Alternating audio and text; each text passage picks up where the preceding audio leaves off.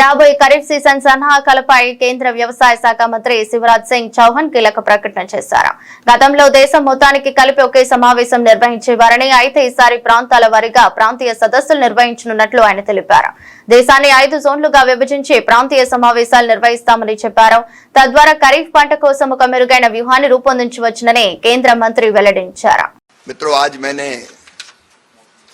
विस्तार से कृषि के देश के पूरे परिदृश्य की समीक्षा की। विशेषकर मौसम की मार के कारण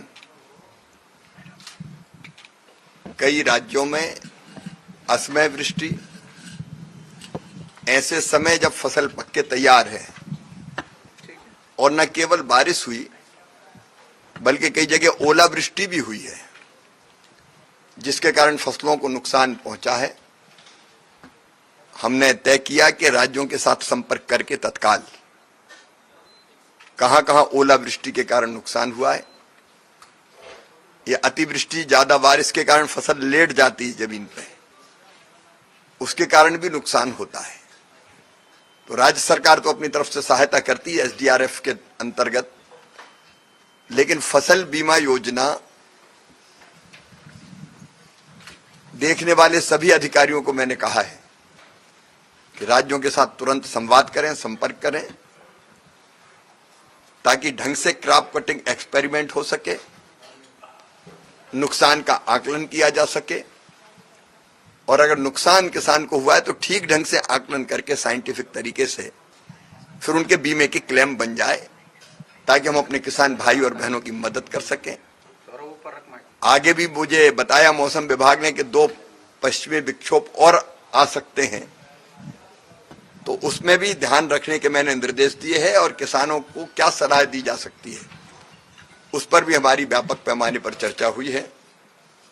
इसके साथ अभी खरीदी हमारी प्रारंभ होगी, गेहूं की, धान की, उत्पादन बम्पर हुआ है।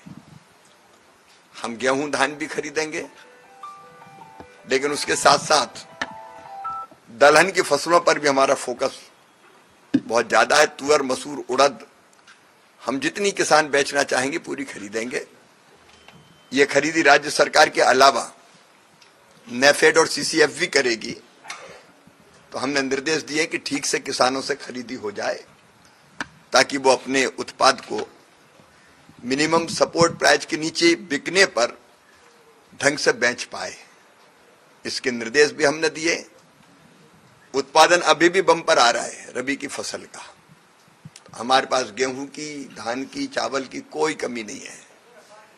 हमने ये तय किया है इसलिए कि उत्पादन तो हम बढ़ाएंगे ही, लेकिन क्वांटिटी के साथ साथ क्वालिटी भी कैसे इंप्रूव करें, क्योंकि अगर गेहूं अच्छा होता है मध्य प्रदेश का सरवती जैसे, तो 4,000 रुपया से ज्यादा उसके रेट मिलते हैं। तो बेहतर रेट के लिए केवल एमएसपी क्यों, एमएसपी से और ऊपर कैसे बिक सकता है। फोर्टिफाइड किस्में उनके रेट ज्यादा मिल सकते हैं, और बेहतर किस्में रेट ज्यादा मिल सकते हैं। तो हम क्वांटिटी के साथ साथ अब क्वालिटी को इंप्रूव करने पर भी जोर देंगे, उसके लिए अभियान चलाएंगे।